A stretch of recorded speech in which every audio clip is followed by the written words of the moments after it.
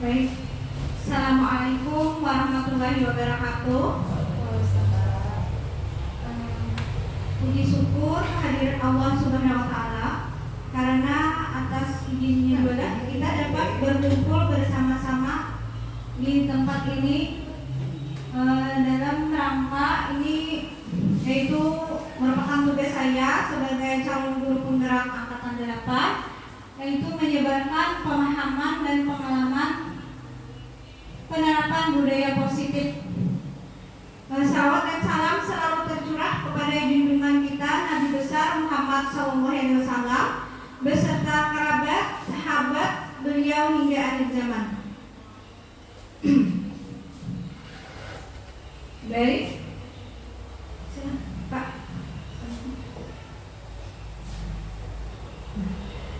Selamat datang para guru hebat. Mari belajar bersama, berkolaborasi, saling mendukung demi mewujudkan disiplin positif di sekolah kita tercinta. Next. Nah, ini merupakan profil foto dari fasilitator ulun, yaitu Bapak Siswadi. Beliau dari Kabupaten Batang, Jawa Tengah. Yang kedua, Ibu Hajah Nur Hasmi. Beliau adalah pengajar praktek. Beliau adalah kepala sekolah di TK Mandingin. Terus ini saya sendiri, Asmawati, CDP Angkatan 8 dari Kabupaten Hulu Sungai Tengah.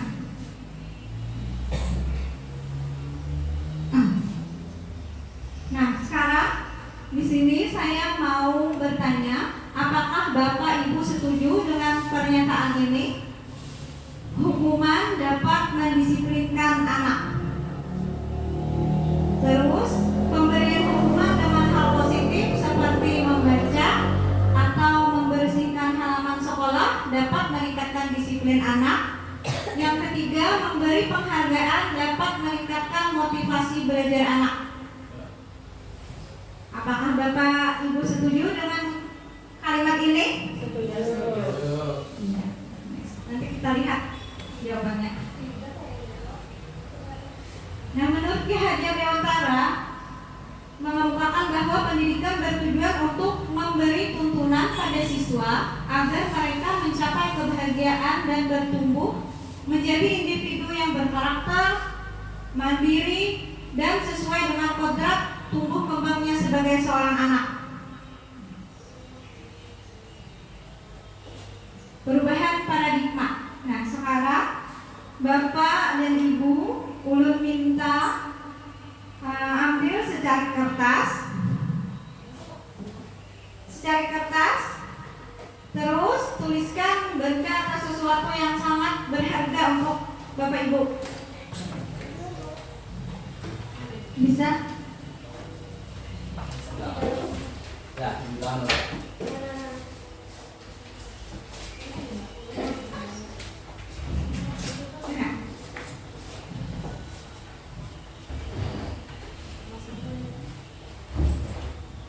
Pian sobek secari kertas, habis itu pian tulis di situ sesuatu yang sangat berharga bagi pian. Apa di dalam kertas itu?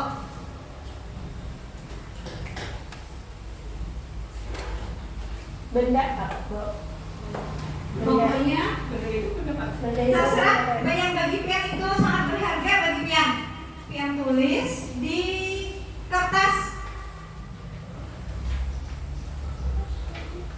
Apa yang bagi pian itu sangat berharga? Bisa benda atau apa? Pian tuliskan di secari kertas. maksudnya dalam kehidupan sehari-hari Ya, kan apa kak? pokoknya bisa di dalam kehidupan sehari-hari. Bisa berharga lah. Ya, yang menurut pian merasa itu sangat berharga bagi pian. Kalau hidup ya. Boleh. Pokoknya apa aja yang bagi pian itu sangat berharga. Abis itu kiranya sudah pian tulis,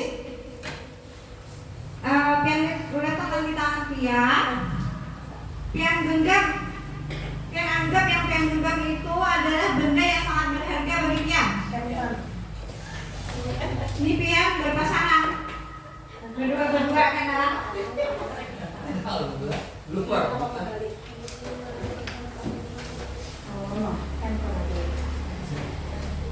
Sudah Bapak Ibu? Benda yang atau sesuatu yang sangat berharga bagi pian. Bebas ya. Bebas? Nah, Bila sudah pian letakkan di tangan pian genggam. Pian anggap yang pian genggam tadi benda atau sesuatu yang sangat berharga bagi pian. ya. Pian genggam. Sekuat tenaga pian menggenggam benda yang bagi pian tadi sangat berharga. Nah, pian genggam dengan daya kekuatan, buatlah kepalan. Pian ini harus berpasangan berdua.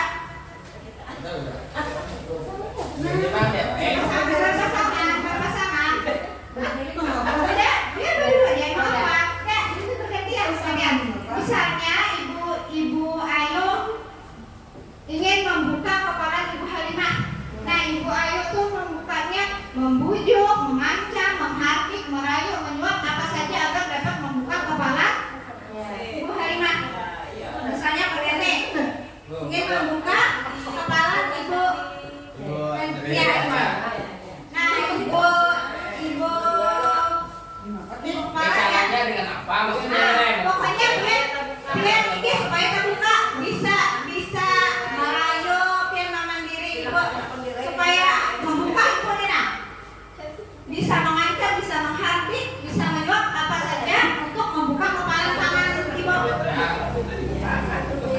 Nah, itu tergantung dari pian. Pokoknya bisa mulai Ibu Bapak Gani sama Ibu Nia.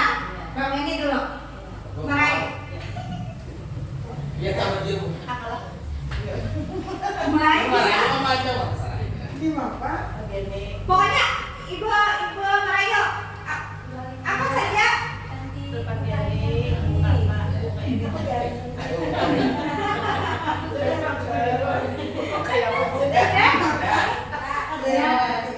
Terus apa yang terjadi? Sekarang saya tanya sama Bapak Gani, apakah Bapak Gani tadi membuka kepalan Bapak atau tidak? Membuka. Alasannya? Karena disuruh karena diminta dirayu oleh Ibu Sari Demier. Terus kalau Ibu tadi membuka juga? Enggak. Kalau Sama alasannya? Alasannya kan berpagani kita soal membuka mau otomatis kita disuruh ya. Ibu Ayu sama Ibu Halimah membuka atau tidak? Atau tetap mempertahankan? Membuka. Ya. Alasannya? Karena tadi dirayu dengan perkataan yang baik, yang sopan. Ibu Halimahnya meminta dengan Baik dan sopan. Oh iya. Sekarang kita lihat apa yang terjadi next. Perubahan paradigma teori kontrol. Sekarang saya mau tanya, Bapak Gani tadi kan sama Ibu, Bapak Gani mau membuka tangannya. Sekarang saya mau tanya tuh berarti posisi kontrolnya itu ada di mana? Ada sama Ibu Nia atau sama Bapak Gani? yang dibuka apa, Pak? Kemudian Ibunya sendiri. posisi kontrolnya di mana? Ibunya. Ibu Nia atau Bapak Gani? Posisi kontrolnya? Ya. Karena kan tergantung siapa Siapa yang maju? Ya, Pak. Pendapat dia posisi kontrolnya ada di si tukang rayu. Ya. Oh, enggak sama Bapak Gani. Ya. Sekarang kita lihat ilusi guru mengontrol murid. Pada dasarnya kita tidak dapat memaksa murid untuk berbuat sesuatu jika murid tersebut memilih untuk tidak melakukannya. Walaupun tampaknya kita sedang mengontrol perilaku murid tersebut. Hal ini karena murid tersebut sedang mengizinkan dirinya dikontrol. Saat ini bentuk kontrol guru menjadi kebutuhan dasar yang dipilih murid tersebut. Nah, teori kontrol menyatakan bahwa semua perilaku memiliki tujuan bahkan terhadap perilaku yang tidak disukainya. Nah, ilusi bahwa kritik dan membuat orang merasa bersalah dapat menguatkan karakter. Nah, menggunakan kritik dan rasa bersalah untuk mengontrol murid menuju pada identitas gagal. Mereka belajar untuk merasa buruk tentang diri mereka. Mereka mengembangkan dialog diri yang negatif. Kadang-kala sulit bagi guru untuk mengidentifikasi bahwa mereka melakukan perilaku itu, karena seringkali guru cukup menggunakan suara halus untuk menyampaikan pesan negatif. Jadi intinya tadi apa Bapak Ibu? Kontrolnya itu ada di murid,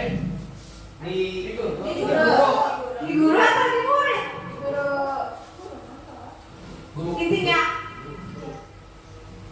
karena kita itu tidak dapat mengontrol murid pian. Kalau ulun tadi lah, nah Bapak Gandhi misalnya ingin membuka kepala tangan ulun. Ya. Kontrolnya ada di mana? Kontrolnya pasti ada di diri saya. Karena kalau tidak dirayu Bapak Gandhi, saya tidak mungkin membuka. Ya, ada mungkin kontrol itu ada di guru. Ya, di murid kuncinya itu kontrolnya. Karena kalau tadi sama Bapak Gandhi, karena dirayu ibu, terus saya mau membukanya, artinya kontrolnya ada di Bapak Gandhi. Iya. Berarti intinya kontrol itu ada di murid, ya, bukan di guru. Jadi pada dasarnya kita sebagai guru ini tidak bisa mengontrol murid kecuali dia sendiri Yang mau dikontrol atau betul? Iya, kita tidak bisa mengontrol murid. Bayangkan aja Pian Bapak Ibu, Pian mau lah dia kata deh. Pian kalau yang ada di rayu ada mungkin kalau mau membuka, berarti kontrol itu ada di Pian.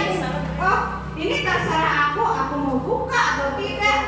Ini terserah dari kita sendiri. Ya, berarti kita itu tidak dapat mengontrol murid. Sekarang next. Nah, ini perubahan paradigma stimulus respon teori kontrol. Bisakah kita mengontrol seseorang? Stimulus respon kita mencoba mengubah orang agar berpandangan sama dengan kita. Bisa atau tidak? Iya. Nah, kalau teori kontrol kita berusaha memahami pandangan orang lain tentang dunia. Nah, sekarang perilaku buruk dilihat sebagai suatu kesalahan. Kalau teori kontrol, semua perilaku pasti memiliki tujuan. Nah, terus stimulus respon, orang lain bisa mengontrol saya. Kalau teori kontrol, hanya Anda yang bisa mengontrol diri sendiri. Nah, terus pemaksaan ada pada saat bujukan gagal. Kalau teori kontrol, kolaborasi dan konsensus menciptakan pilihan-pilihan baru. Nah, yang terakhir, model berpikir menang kalah. Kalau teori kontrol, model berpikir menang-menang. Nah, sekarang apa itu budaya positif? Ada yang tahu Bapak Ibu budaya positif? Apa? Kebiasaan yang baik. Iya, budaya positif kebiasaan baik. Nah, budaya positif merupakan nilai-nilai, keyakinan-keyakinan dan kebiasaan-kebiasaan di sekolah yang berpihak pada peserta didik agar peserta didik dapat berkembang menjadi pribadi yang kritis, penuh hormat dan bertanggung jawab. Ki Hajar Dewantara mengemukakan bahwa pendidikan bertujuan untuk memberi tuntunan pada siswa agar mereka mencapai kebahagiaan dan bertumbuh menjadi individu yang berkarakter, mandiri dan sesuai kodrat tumbuh kembangnya sebagai seorang murid.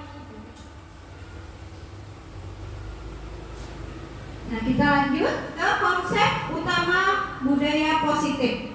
Yang pertama, perubahan paradigma belajar. Yang kedua, disiplin positif. Yang ketiga, motivasi perilaku manusia. Yang keempat, keyakinan kelas. Yang kelima, kebutuhan dasar manusia.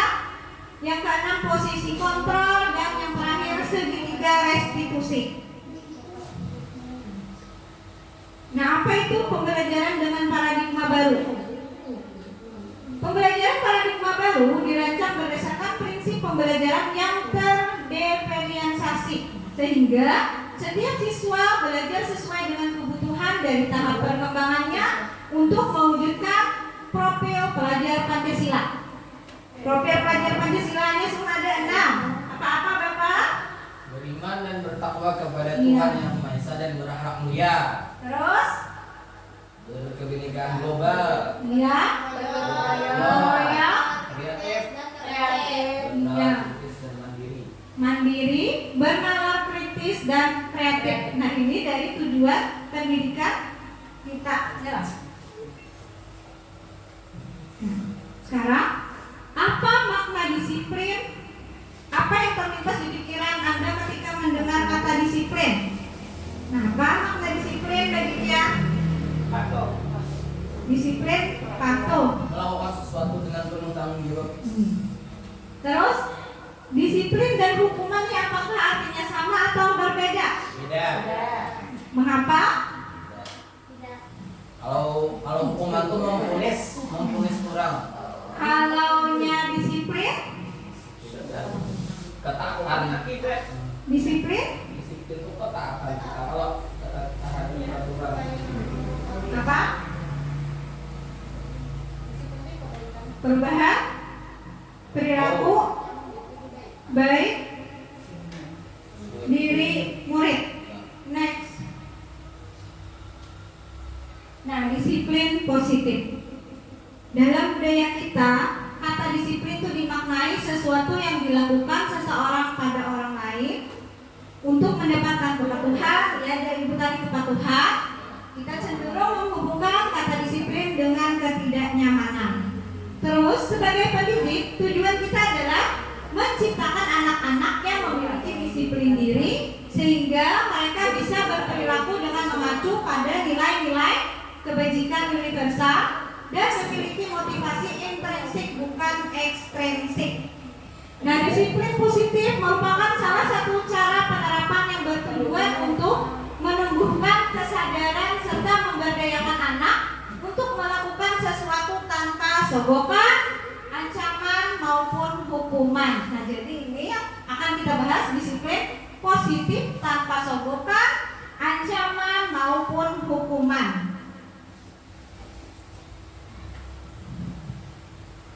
Nah, disiplin positif ini akan membawa murid kita pada nilai-nilai kebajikan yang sesuai dengan profil pelajar Pancasila, yaitu beriman bertakwa kepada Tuhan Yang Maha Esa dan berakhlak mulia, berkebinekaan global, bergotong royong, mandiri, bernalar kritis dan kreatif. Sekarang kita akan membahas motivasi perilaku manusia. Nah, motivasi merupakan dorongan yang timbul pada diri seseorang secara sadar atau tidak sadar untuk melakukan suatu tindakan dengan tujuan tertentu, menghindari ketidaknyamanan dan hukuman. Nah, murid melakukan disiplin diri karena ia takut dihukum. Ini merupakan motivasi ekstrinsik. Nah, biasanya di sekolah kita, murid ini melakukan disiplin karena apa? Karena ia takut dihukum, ya. Pasti itu ini merupakan motivasi ekstrinsik di luar, bukan dari dalam, bukan dari dalam. Bukan dari kesadaran diri. Ya, bukan dari kesadaran dirinya. Sekarang yang kedua, mendapatkan imbalan atau penghargaan dari orang lain. Murid melakukan disiplin diri karena ia ingin mendapatkan imbalan. Nah, ini merupakan motivasi ekstrinsik juga, bukan dari dalam dirinya karena ada embel-embel atau imbalan, ya. Nah, mereka bergerak, aku melakukan. Terus yang ketiga, menghargai nilai-nilai kebajikan diri sendiri. Nah, murid melakukan disiplin diri karena ia sadar akan nilai kebajikan dirinya. Ini merupakan motivasi intrinsik. Nah, ini adalah tujuan dari disiplin positif. Bagaimana supaya murid melakukan disiplin diri, nah, dari kesadaran dirinya seorang tanpa dipaksa atau tanpa mengharapkan imbalan. Nah, konsep disiplin dengan identitas gagal dihukum oleh penghargaan. Nah misalnya ini biasanya kalau di TK ada kok, siapa yang membuang sampah pada tempatnya ibu kasih hadiah, itu dihukum karena oleh penghargaan atau imbalan. Nah ini aku melakukan tapi kada dari dirinya. Oh aku harus dapat hadiah, aku buang sampah ke tempatnya. Nah karena ada imbalan. Nah ini merupakan konsep disiplin dengan identitas gagal. Pengaruhnya ada jangka pendek dan jangka panjang. Penghargaan menghukum, penghargaan mengurangi ketepatan, penghargaan tidak efektif, dan penghargaan merusak hubungan. Nah konsep disiplin dengan identitas gagal dan dihukum oleh penghargaan. Nah pengaruh jangka pendeknya bagi murid dan jangka panjang. Penghargaan berlaku untuk mendapatkan seseorang melakukan sesuatu dalam jangka waktu pendek. Jika kita menggunakan penghargaan lagi dan lagi, maka orang tersebut akan bergantung pada penghargaan yang diberikan serta kehilangan motivasi dari dalam. Ya kalau Pak Ibu, ini kan hendak bila kita nggak memberi lagi, oh kenapa? Ya kenapa lagi ya melakukan disiplin karena kalau itu lagi ya dapat hadiah. Nah sementara aja. Nah jika kita mendapatkan penghargaan untuk melakukan sesuatu yang baik, maka selain kita senantiasa berharap mendapatkan penghargaan tersebut lagi, kita pun menjadi tidak menyadari tindakan baik yang kita lakukan. Nah penghargaan merusak hubungan. Ketika seorang diberi penghargaan atau dipuji di depan orang banyak, maka yang lain akan merasa iri ya. Dipuji, nah ini kalau dipuji yang lain kayaknya iri, ada minder karena murid yang lain.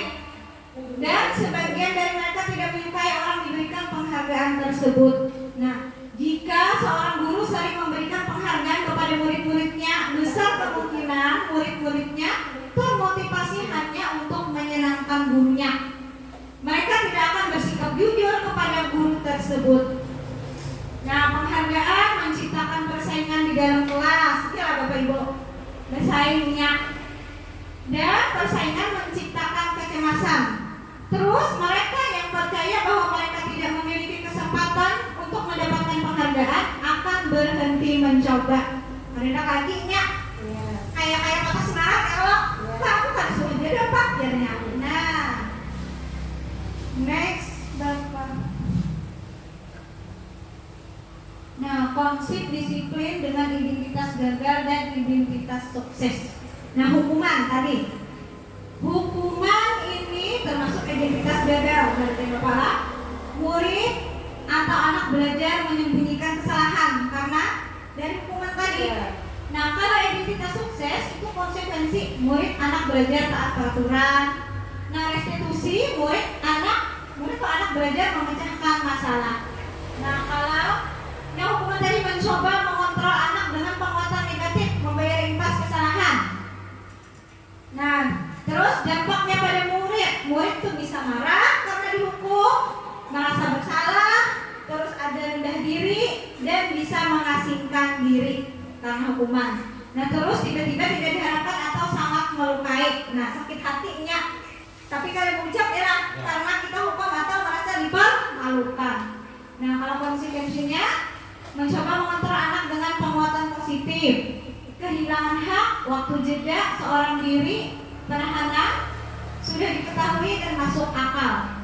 Kalau restitusi, anak paham bahwa dirinya sendiri yang pegang kendali kontrol. Yang tadi teori tadi yang genggam tangan. Nah, murid atau anak tidak kehilangan waktu, namun bersemangat untuk memperbaiki diri.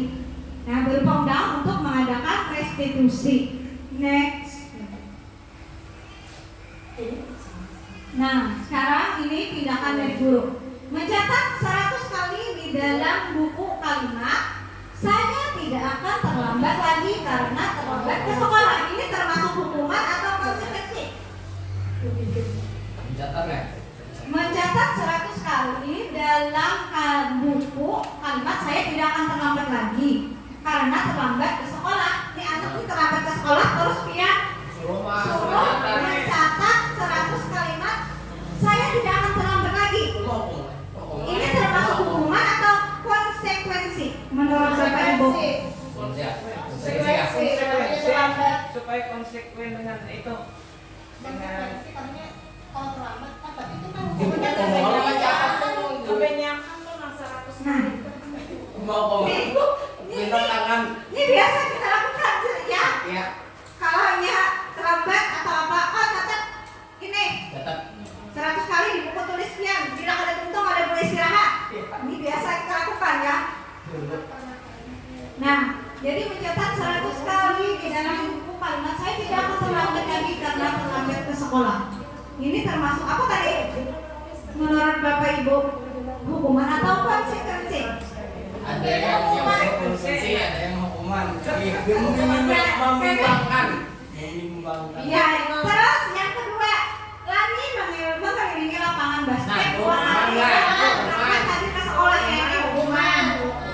Terus murid diminta untuk push up 15 kali karena tidak menggunakan masker ke sekolah. Hukuman.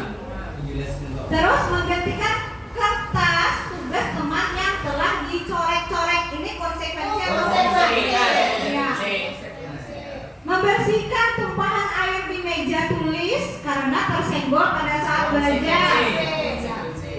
Terus meminta murid tidak mengenakan sepatu seharian di sekolah karena tidak mengenakan sepatu hitam. Ini hukuman atau konsekuensi? Lari mengelilingi lapangan basket 2 kali karena terlambat 10 menit untuk pelajaran PJOK. Konsekuensi karena hubungan kesehatan lah. Next. Nah, merdeka. Sekarang kita cari tahu merdeka menurut Ki Hajar Dewantara. Ini kita akan menggunakan kurikulum Merdeka Belajar. Jadi apa artinya merdeka? Menurut Ki Hajar Dewantara, merdeka itu tidak hanya terlepas dari perintah, akan tetapi cakap juga untuk memerintah diri sendiri. Next. Sekarang keyakinan kelas. Nah, mengapa keyakinan kelas? Mengapa tidak peraturan kelas saja? Kalau dulu kita peraturan kelas ya. Sekarang keyakinan kelas. Mengapa? Sekarang di sini ada deskripsi mengapa kita memiliki peraturan tentang penggunaan helm pada saat mengendarai kendaraan roda 2. Supaya apa Bapak Ibu? Supaya selamat, aman. Sekarang mengapa kita memiliki peraturan tentang menggunakan masker dan mencuci tangan setiap saat? Supaya apa, Mbak Divya? Mencegah dari segala penyakit.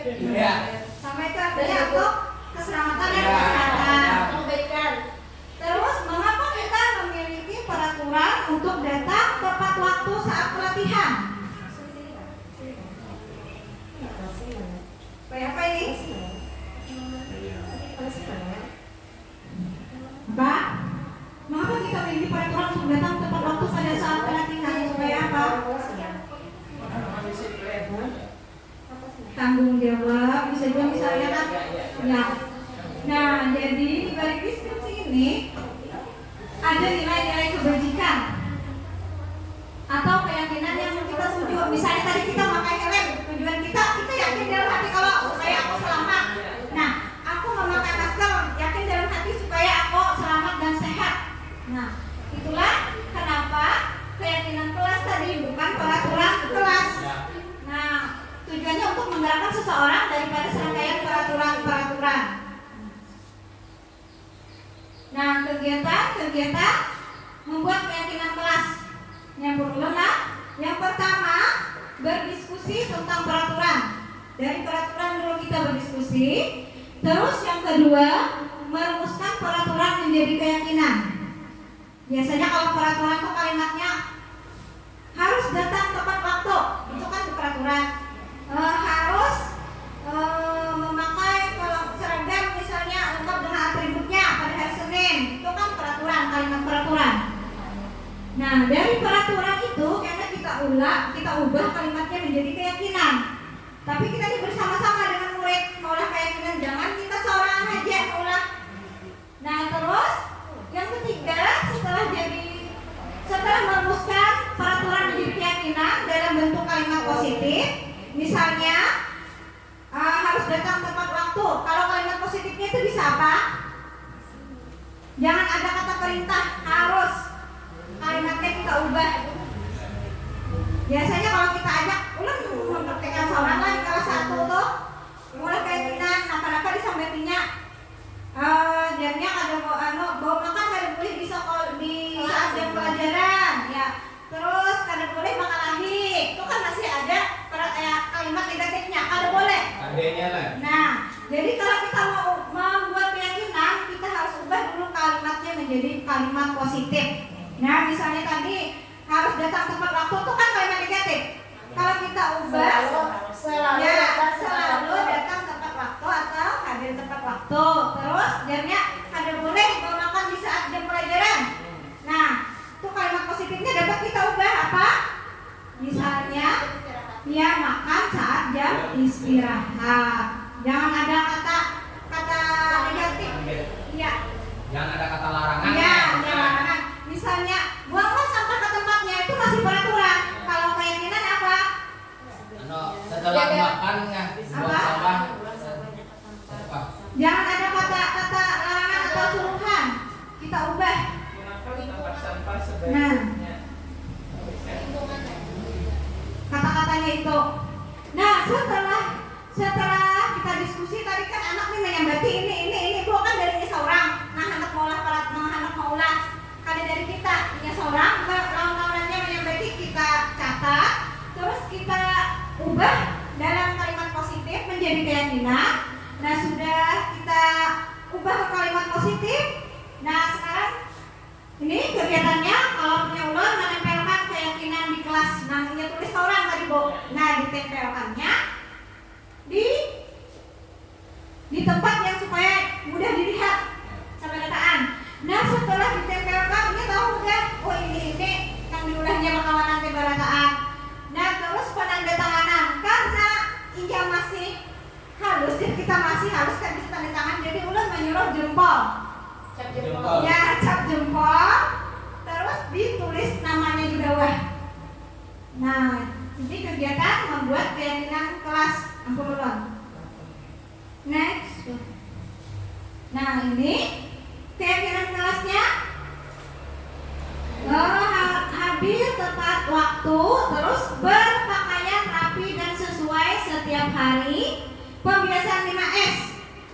5S, salam, senyum, sapa, sopan dan santun, berdoa sebelum dan sesudah belajar, mengikuti dan mengerjakan tugas tepat waktu, makan pada saat jam istirahat, menjaga kebersihan kelas dan sekolah, ya termasuk tadi jangan membuang sampah. Kita ubah kalimatnya menjaga kebersihan kelas dan sekolah, jujur dan mandiri. Nah, semuanya itu mencakup berataan.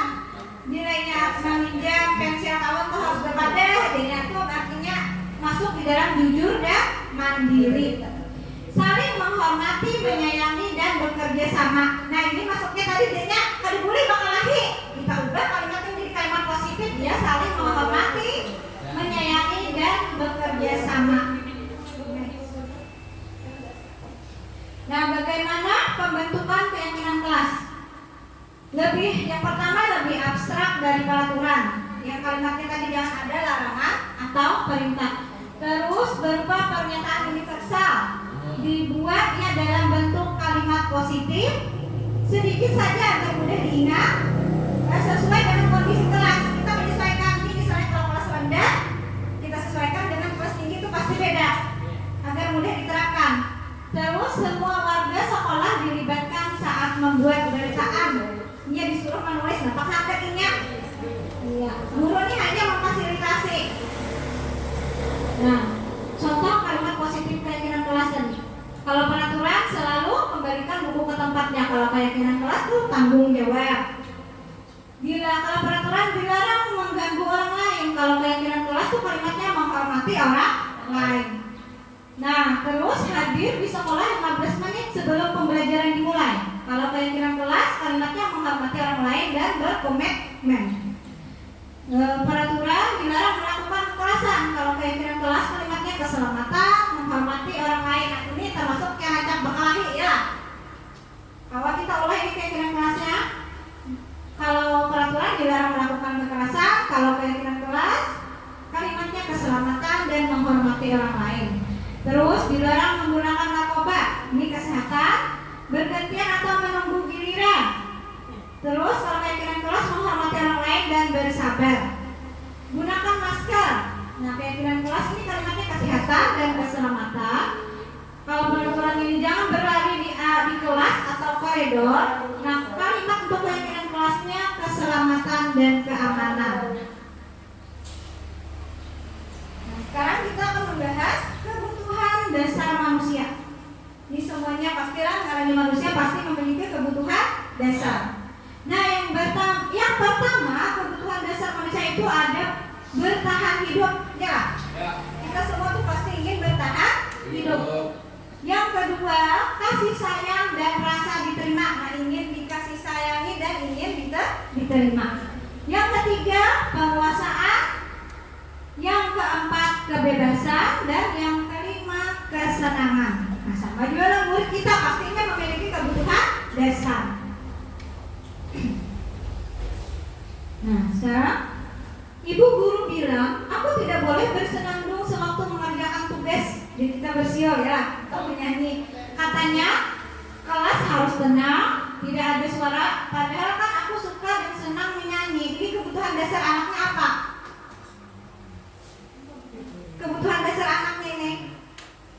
Kebutuhan dasar tadi ada 5. Kebutuhan bertahan hidup, terus kasih sayang dan diterima, kesenangan, kebebasan, penguasaan. Masuk mana ini? Kesenangan. Terus yang kedua, ibu guru tidak menyapaku hari ini, padahal aku pakai jepit rambut baru. Ini kebutuhan dasar apa ini? Apa tuh? Yang tadi bahagia. Dasar.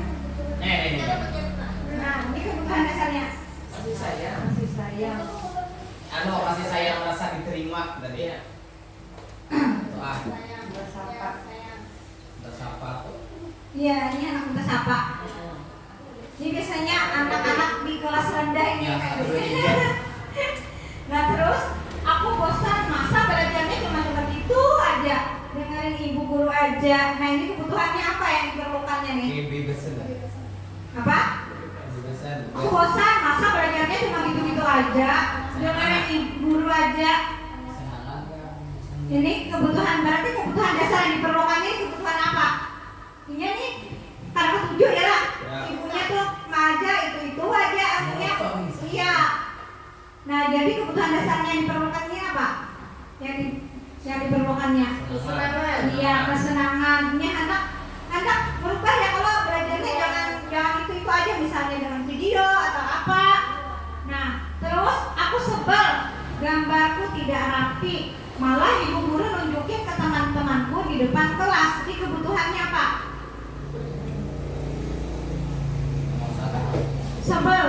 Aku sebel gambarku tidak rapi, malah ibu guru nunjukin ke teman-temanku di depan kelas. Kasih sayang dan rasa Iya, apa? rasa diterima. Masuk mana ini kebutuhannya? Bertahan hidup. Bukan bertahan hidup, kalau bertahan hidup itu makan, ya, sandang, pangan, apa itu? Apa ini? Merasa diterima atau apa? Kasih sayang dan rasa diterima. Iya. Nah, jadi kita sebagai guru, bapak ibu kita tuh harus tahu. Kita harus tahu, kenal dulu apa kebutuhan dasar dari murid kita.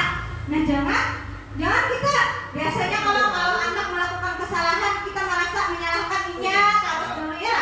Kita tuh kada tahu itu apa kebutuhan dasar yang kada terpenuhi dari dirinya. Makanya kita tuh kada tahu memandang, oh inya hari ini belajar di kelas taburingan, jadi menyalahkan inya bisa juga inya kada ketuju, ya kada ketuju cara mengajar kita, jadinya mengantuk baik murid ha. Hari itu harus ikuni belajarnya. Kada ada yang lain kan, jadinya murid. Nah, makanya kita memandang anak tuh jangan bila ia berbuat kesalahan, jangan kita pandang sebelah. Ini yang melakukan kesalahan, kita refleksi diri kita dulu. Mungkin kita yang Iya, salah. mungkin kita yang salah. Ya kalau? Nah, dari itu biasanya kalau kita menang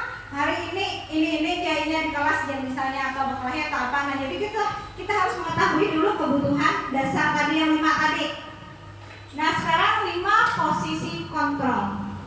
Nah, posisi kontrol ini ada penghukum, pembuat rasa bersalah, sebagai teman, pemantau, dan manajer. Nah, sekarang Bapak Ibu ada di mana ini? Ada di penghukum atau di teman atau pemantau? Nah, sekarang kita saksikan video tentang kasus murid terlambat dengan kelima posisi kontrol menurut Dian Gasem. Programnya dikembangkan adalah 5 posisi kontrol. 5 posisi kontrol dalam kesehatan adalah proses perjalanan seorang pendidik agar dapat mengenali dirinya. Pada video kali ini, kita akan membahas tentang 5 posisi. Biasanya kita berada di mana, Bapak? Yang kita lakukan setiap hari ini penghukum kah, membuat rasa bersalah. Ini kita kalau menyaksikan videonya kan tahu yang mana penghukum, yang mana membuat rasa bersalah, sebagai teman, terus sebagai pemantau dan sebagai manajer. Posisi pemantau atau monitor dan 5 posisi manajer. Untuk lebih memahami kelima posisi tersebut, mari kita saksikan kasus Naren dan terlambat hadir 20 menit di sekolah. Ini Masalah tersebut. Nah, ini sebagai posisi penghukum.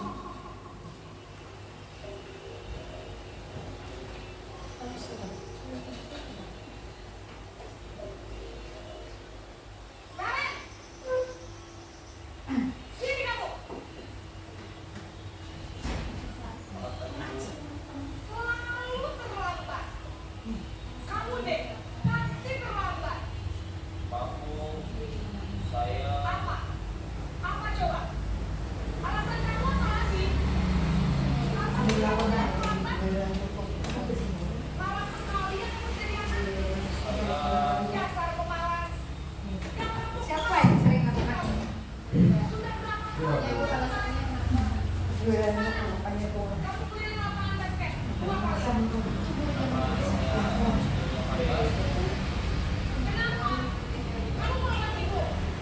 Berani-beraninya jawab.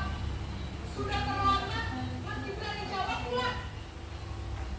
Sekarang, keliling lapangan basket 5 kali sekalian. Biar kapok. Cepat. Pergi sana ke lapangan basket. Posisi penghukum biasanya Jadi posisi penghukum. menghapus, menunjuk-nunjuk, menyakiti, dan memilih. Hukuman bisa berupa fisik maupun psikis. Ibu dan bapak guru hebat. Dampak yang terjadi pada murid ketika guru berada pada posisi penghukum adalah murid cenderung akan memberontak, bahkan hukuman denda. Nah, ini dampaknya Bapak Ibu kalau kita berada di posisi penghukum. Anak itu bukan patuh, malah karena akan memberontak. lawan Ya.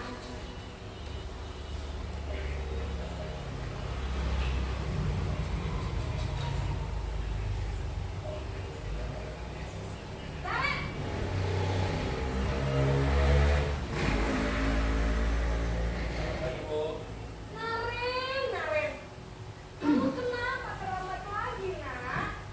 Ya Tuhan, Naren, kamu senang ya bikin ibu susah ya? Kalau kamu terlambat lagi,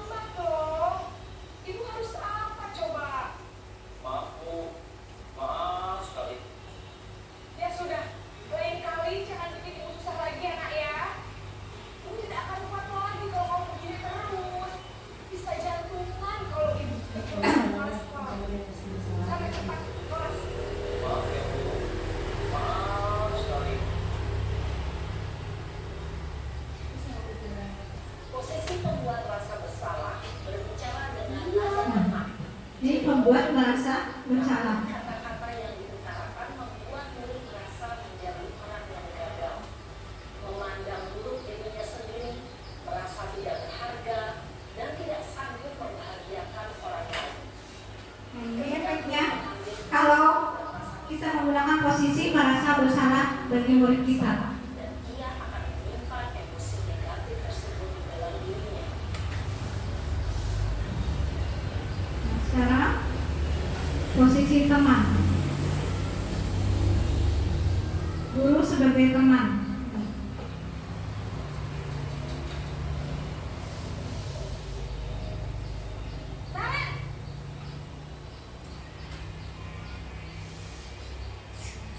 Selamat pagi, Bu.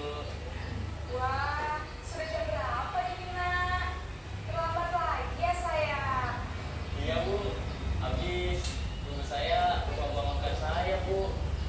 Kamu malah menyalahkan ibu kamu. Kamu bukannya anak yang paling kencang. Kok terlambat sih? Iya, Bu.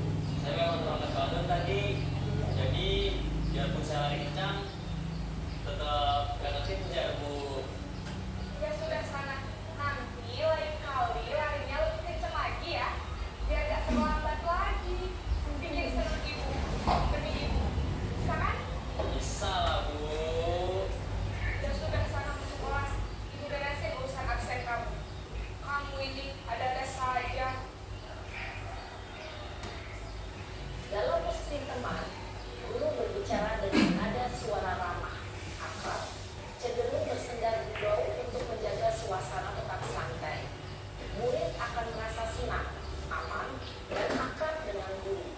Identitas yang tercipta adalah identitas sukses atau berhasil. Namun, perlu diingat, karena ini masih dorongan eksternal, maka Ini garis bawahnya lagi. dukungan dari murid kepada Tapi orang kita bisa menggunakan posisi teman ini absen sekali, ya sekali-sekali dalam posisi ini kalau kita sebagai guru.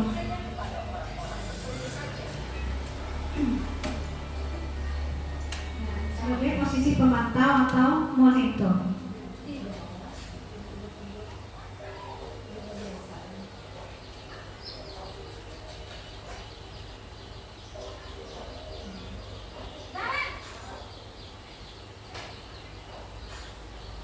Selamat pagi, Bu. Naren, apa peraturan sekolah kita tentang jam berapa kita harus masuk sekolah, Nak? Kita harus di sekolah jam 7, Bu.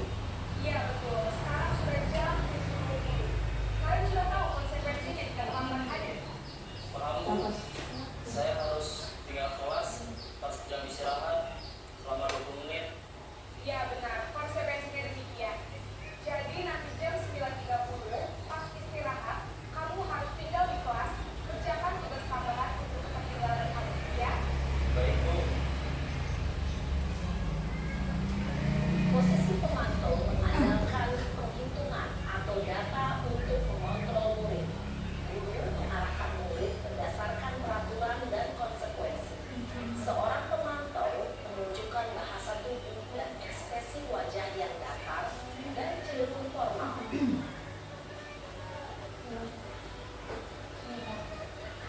Yang terakhir posisi manajer. Bapak Ibu nanti bisa lihat yang mana yang baik kita pakai di posisinya sebagai guru.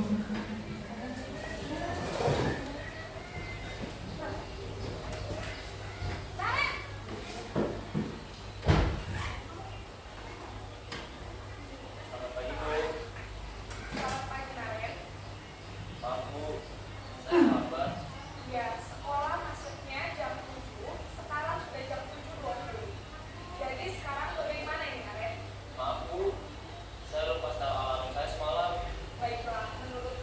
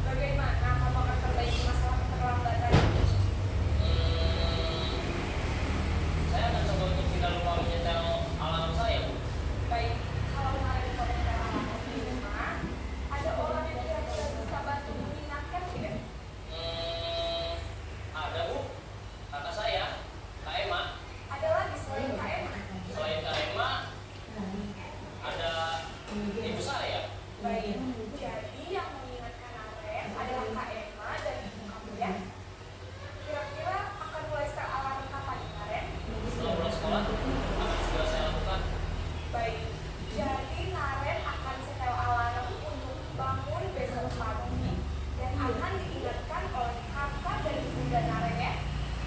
Ada lagi yang mungkin perlu dilakukan, Naren, agar tidak terlambat bangun lagi? Tidak ada, Bu. Baik, Naren. Terima kasih untuk kerjasama kamu. Sekarang kamu perlu kembali ke kelas untuk belajar. Baik, Bu. Terima kasih. Posisi manajer adalah posisi manajer. untuk membimbing murid memiliki sikap disiplin yang positif, yaitu murid yang mandiri, bertanggung jawab, dan dapat memecahkan masalah. Tujuan dari posisi ini adalah agar murid dapat mendeteksi atas tindakannya. Guru akan terus memberikan pertanyaan-pertanyaan yang akurat, sehingga membuat murid dapat belajar dari kesalahannya dan mencari sebuah solusi untuk menyelesaikannya. Ibu dan bapak guru hebat, setelah mengamati adegan kelima posisi kontrol tadi, kira-kira posisi mana yang paling ideal? Posisi mana yang paling ideal? Anjir. Yang manajer. Tapi kita bisa juga tadi sewaktu-waktu berada di posisi teman dan pemantau sewaktu-waktu. Tapi yang paling ya tergantung situasi. Tapi yang paling ideal adalah posisi manajer. Dan di sini ya bisa juga kita kembali ke posisi teman dan pemantau tadi. Kita lihat situasi.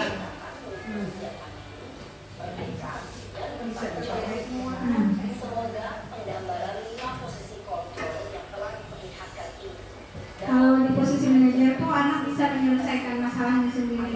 Mencari Iya, mencari masalah dan solusinya. solusinya, masalah yang dialami. Ya, kalau di posisi manajer dia akan lebih mandiri dan bertanggung jawab. salam dan bahagia kita dari Bapak Guru. Nah, next. Nah, ini 5 posisi kontrol tadi. Motivasi itu guru berbuat, guru berkata. Nah, terus ya kalau penghukum tadi menghardik, menunjuk-nunjuk, menyakiti dan menyindir. Ya. Nah, kalau tidak melakukannya, awas ya, rasakan. Terus memberontak orang lain, berbohong. Nah, itu dari penghukum. Murid meletakkan guru di luar dunia berkualitas. Nah, biarkan saja nanti juga marah-marah lagi. Di mulutnya kena guru ya. Ini kayaknya di mulutnya ya, bujur aja dihukum lagi so. Oh, ini imbalan dari yang melakukan kesalahan. Tapi ini kita kayaknya nggak ada memakai. Malah mengulut-ulutkan guru, terus mengulangi kesalahan. Katakan jadi kena. Nah, sebab pembuat orang merasa bersalah. Berceramah dan mengatakan seharusnya ibu kecewa. Kamu seharusnya sudah tahu ibu lelah sekali. Mengatakannya ibu stres,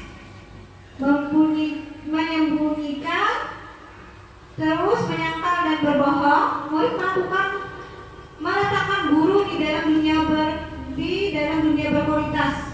Maafkan saya, merasa rendah diri. Nah, murid akhirnya akan merasa rendah diri. Terus sebagai teman memberikan alasan-alasan untuk muridnya, ayolah lakukan demi ibu. Masa kamu tidak mau? Ingat, tidak ibu pernah bantu. Terus ketergantungan, murid meletakkan guru sebagai orang yang sangat penting di dunia berkualitas. Saya pikir bapak ibu teman saya ternyata begitu lemah, tidak mandiri dan tergantung. Ini kalau teman. Kalau pemantau, menghitung dan mengukur apa peraturannya, menyesuaikan diri bila di awal. Murid meletakkan guru peraturan dan hukum di dunia berkualitas. Berapa banyak bintang yang saya harus peroleh, berapa halaman yang harus saya tulis. Menitik beratkan pada sanksi atau hadiah untuk dirinya. Nah, kalau sebagai manajer ini identitas berhasil atau sukses, menghargai diri sendiri. Nah, mengajukan pertanyaan-pertanyaan, apa yang kita yakini, apa yang bisa kita kerjakan untuk memperbaiki masalah ini. Menguatkan pribadi, murid bertanya dirinya positif dalam dunia berkualitas. Bagaimana caranya saya bisa memperbaiki keadaan? Nah, murid mencari solusi untuk masalahnya sendiri. Terus mengevaluasi diri, bagaimana cara memperbaiki diri. Next. Nah, contoh penerapan 5 posisi kontrol. Kasus siswa tidak memakai atribut lengkap saat upacara bendera. Nah, kalau penghukum, di posisi penghukum, ini guru akan berkata, berapa kali Bu Guru harus memberitahu kamu? Bu Guru kecewa sama kamu. Pembuat rasa bersalah, patuhi aturan sekolah, lalu berdiri di depan barisan. Ini posisi guru sebagai pembuat rasa bersalah. Terus sebagai teman, ayolah yang tertib, buat Bu Guru bangga hari ini. Tidak apa-apa salah. Terus sebagai pemantau, kamu sudah melanggar. Apa peraturan dan konsekuensinya? Nah, sebagai manajer, apakah kamu tahu kesalahanmu? Kira-kira bagaimana kamu memperbaiki kesalahanmu ini? Next. Nah, sekarang kita membahas mengenai segitiga restitusi. Nah, ini yang paling efektif tadi. Nah, segitiga restitusi sebuah cara untuk menanamkan disiplin positif pada murid. Ini yang paling efektif lah. Pengertian restitusi. Restitusi itu adalah proses menciptakan kondisi bagi murid untuk memperbaiki kesalahan. Nah, sehingga mereka bisa kembali pada kelompok mereka dengan karakter yang lebih kuat. Ini menurut pendapat Gleason. Nah, ciri-ciri restitusi. Nah, kayak apa yang namanya restitusi itu? Yang pertama, bukan menebus kesalahan, namun belajar dari kesalahan. Kalau hukuman menebus kesalahan, ianya dapat hukuman. Kalau restitusi ini bukan menebus kesalahan, namun belajar dari kesalahan. Terus yang kedua, memperbaiki hubungan. Yang ketiga, tawaran, bukan paksaan. Nah, kalau hukuman dipaksa ya. Nah, terus yang keempat, menuntun untuk melihat ke dalam diri. Nah, yang kelima, mencari kebutuhan dasar yang mendasari tindakan. Nah, di sini kita awal mengetahui kebutuhan dasar apa yang diperlukan anak. Terus fokus pada karakter bukan tindakan. Nah, dasar karakternya, dasar tindakan. Yang terakhir, menguatkan dan fokus pada solusi. Next. Nah, segitiga restitusi. Di dalam segitiga restitusi ini ada tahapannya. Yang pertama, menstabilkan identitas. Nah, kita semua akan melakukan hal terbaik yang bisa kita lakukan. Terus yang kedua, validasi tindakan yang salah. Kita validasi dulu tindakan yang salah murid kita itu apa. Yang pertama tadi misalnya ada murid mengalami, kalau kita stabilkan dulu emosinya, kita stabilkan identitasnya. Terus setelah ini ajar kita tuh ranai sudah mengawalkan diri, agar kita validasi tindakan yang salahnya itu di mana.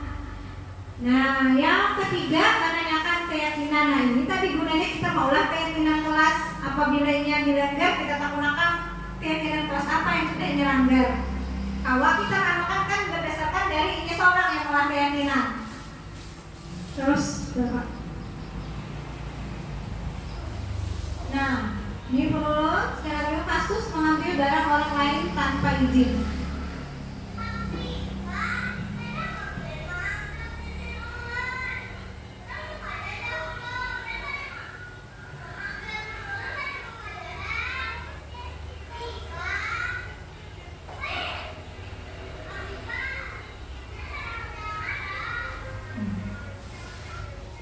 Ini biasanya di kelas rendah. Nah, itu kalau acak kita mau angkatnya mau ambil, kadang-kadang kawan karena sehari bakal ini. Biasanya ini kalau di kelas 1, 2, 3. Nah, terus next Bapak. Nah, di sini ulang menggunakan segitiga restitusi.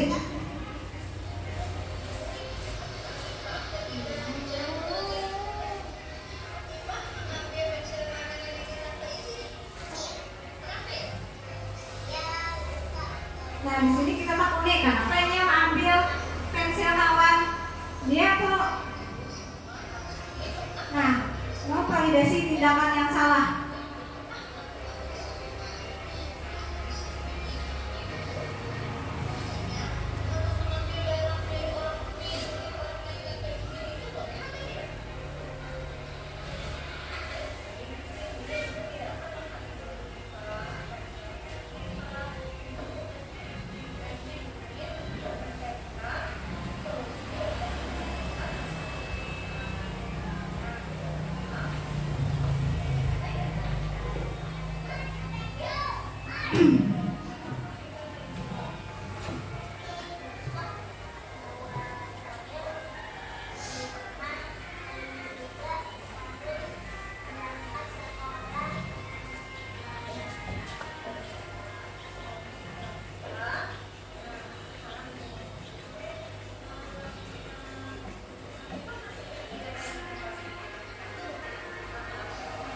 Dari sini ya ingat, karena ini mulai keyakinan seorang Bu.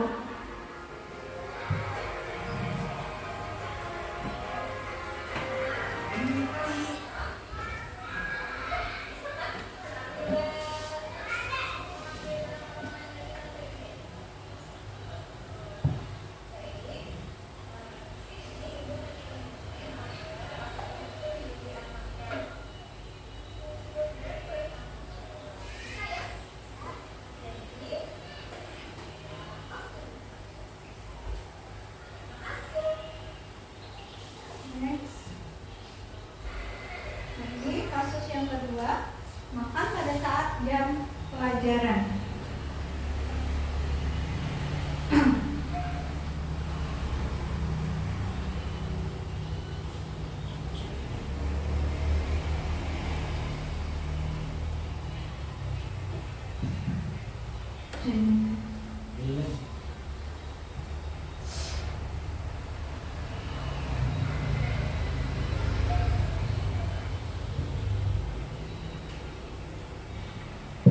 Dari tadi kasus yang mengambil barang punya teman tanpa izin tuh kita kawal tadi yang menangannya dengan cara segitiga restitusi. Kita tanyakan dulu, kita stabilkan dulu emosinya, identitasnya, terus kita validasi tindakan yang salah. Nah dari itu dia menjawab, dia setelah kita validasi tindakan yang salah, terus kita tanyakan ke keyakinan kelas. Nah dari itu dia akan mencari sendiri apa solusinya. Kita takutnya ini kamu jawab harus kayak ini, tanpa kita harus memaksainya. Tapi ini kalau kelas rendah, kalau kelas tinggi terlain lagi. Ya kalau mau memandirinya kita, kalau yang sudah 4, 5, 6, Bapak Nilajui Pak. Jaringan Nilajui next. Ini makan di saat jam pelajaran. Ini sama tadi penyelesaiannya dengan segitiga restitusi. Next. Nah, terima kasih. Guru Bergerak Indonesia Maju. Nah, dari yang ulun sampaikan ini, apakah ada yang Bapak Ibu tanyakan atau tentang permasalahan anak-anak kita di sekolah, apa yang masih merasa mengganjal atau perlu kita bahas bersama-sama ini dari kasus yang pernah ditemui? Apakah ada Bapak Ibu? Ada kasus yang berlanjut dari kelas 5 seperti itu ke 5 pos kita. Yang itu merupakan kasus berlanjut dari kelas 5 yang dinyatakan yaitu tidak mau lagi hadir ke sekolah sampai di kelas 6 ini belum pernah muncul satu kali pun. Jadi bagaimana kita itu menindaklanjuti atau bagaimana kita supaya anak itu malah membuka hatinya untuk bisa kembali turun ke sekolah, masuk sekolah. Ini kasus anak yang tidak mau hadir ke sekolah. Kita yang pertama dulu ya, Bapak Ibu, kita tuh harus apa selidiki dulu tadi kebutuhan apa yang diperlukan murid tadi. kita harus tahu kebutuhan apa yang diperlukan dari murid tadi. Kalau kita sebagai guru tuh kira-kira ini kan kasusnya nih yang sudah mulai kelas 5 sampai kelas 6. Kira-kira kasus seperti Mahpus itu kebutuhan dasarnya yang tidak terpenuhi apa?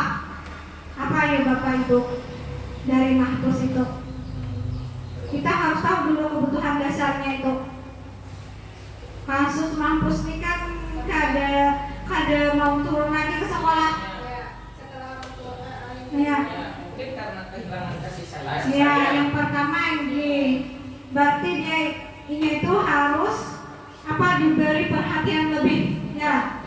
Karena mungkin setelah orang tuanya meninggal, dia itu kurang kasih sayang, tapi bisa juga karena dahulunya orang tuanya itu berada di posisi penghukum, ya. Dia takutan.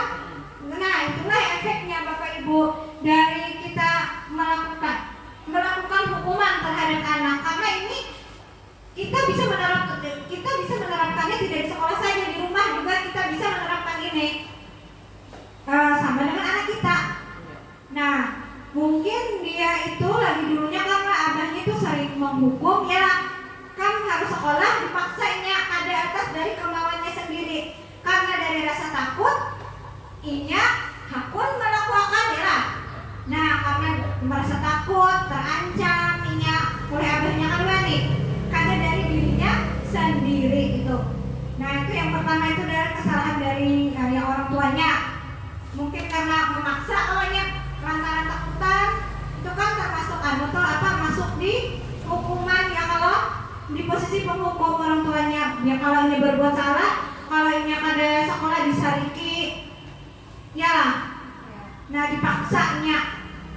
Nah, terus ini setelah orang tuanya meninggal, dia itu kurang kasih sayang. Nah, kita semalam sudah kalau melakukan menggunakan cara bujukan itu di posisi teman, sudah kita datangi ke rumah, ya. Nah, janjinya mau turun, terus bujurannya turun, ya lah. Tapi berapa hari? Ya, hanya sementara, hanya beberapa hari. Kayaknya mau buli pulang. Nah, ini yang nampak pada efeknya dari hukuman tadi. Gagal jadinya, ya lah. Ini melakukan lagi karena bujur-bujur. Ini sebagai contoh Bapak Ibu landasan kita dan anak-anak kita juga. Nah, setelah itu kita lakukan pendekatan, datangi ke rumah, mau turun tapi kada mau lagi, ya Allah. Nah, itu artinya kita sudah melakukan berbagai cara dengan sama restitusi tadi, ya. Kalau boleh kita mandiri, sudah kita identifikasi masalahnya apa, terus keyakinannya ini berjanji hakun, turun nyatanya kada hakun. Nah, terus ini yang terakhir, kalau bagi ulun kan kita sudah juga melaksanakan ini segitiga restitusinya tadi. Pendidikan itu kan ada tanggung jawab orang tua, apalagi masyarakat dan pemerintah. Nah, kita sudah melaksanakan tugas kita ini. Ya, ibarat tuh habis sudah kita ini cara kembali lagi kita ke orang tuanya, ini intinya. Orang tuanya ada lagi yang harus bertindak, ya kita tuh dikerasi. Karena mungkin kan guru nih masuk ke rumah orang, mau campurin pribadi orang lain, orang tuanya ini mengarasinya, ya. Kayak apa? Supaya inya mau hadir ke sekolah orang tua bersama misalnya kakaknya, keluarganya. Karena kita sebagai guru ini adanya di posisi yang ketiga.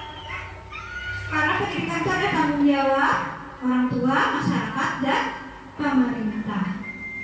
Ya, saya rasa begitu yang bisa ya dilakukan. Jadi apakah ada lagi yang ditanyakan tentang masalah atau kasus kita di sekolah? Kita selesaikan secara bersama-sama. Bisa? Apakah ada lagi? Sudah cukup. Kalau sudah cukup, baiklah, mengambil kesimpulan dari kegiatan kita hari ini. marilah kita bersama-sama menerapkan budaya positif di kelas maupun di sekolah kita masing-masing. Karena kita tadi sudah mengenal apa itu budaya positif, disiplin positif, bagaimana membentuk keyakinan kelas, ya, terus mengenal posisi kontrol dan segitiga restitusi. Mari bersama-sama kita jalankan dan kita terapkan di kelas kita dan di sekolah kita agar tercipta budaya positif sesuai dengan visi sekolah kita, terwujudnya generasi penerus bangsa sesuai profil pelajar Pancasila dan peduli lingkungan. Ya, kiranya itu saja penyampaian inspirasi dari saya. Salah dan hilaf mohon dimaafkan. Billahi taufiq wal hidayah. Assalamualaikum warahmatullahi wabarakatuh. Waalaikumsalam warahmatullahi wabarakatuh. Assalamualaikum warahmatullahi wabarakatuh. Saya Kepala Sekolah SD Negeri 1 Guha. Saya mengucapkan terima kasih kepada Ibu Asmawati, calon guru penggerak angkatan 8 dari Kabupaten Hulu Sungai Tengah yang sudah banyak melakukan perubahan. Semoga ilmu yang didapatkan dari diseminasi budaya positif hari ini dapat diterapkan oleh guru-guru di kelas dan di sekolah dalam proses belajar mengajar. Wassalamualaikum warahmatullahi wabarakatuh.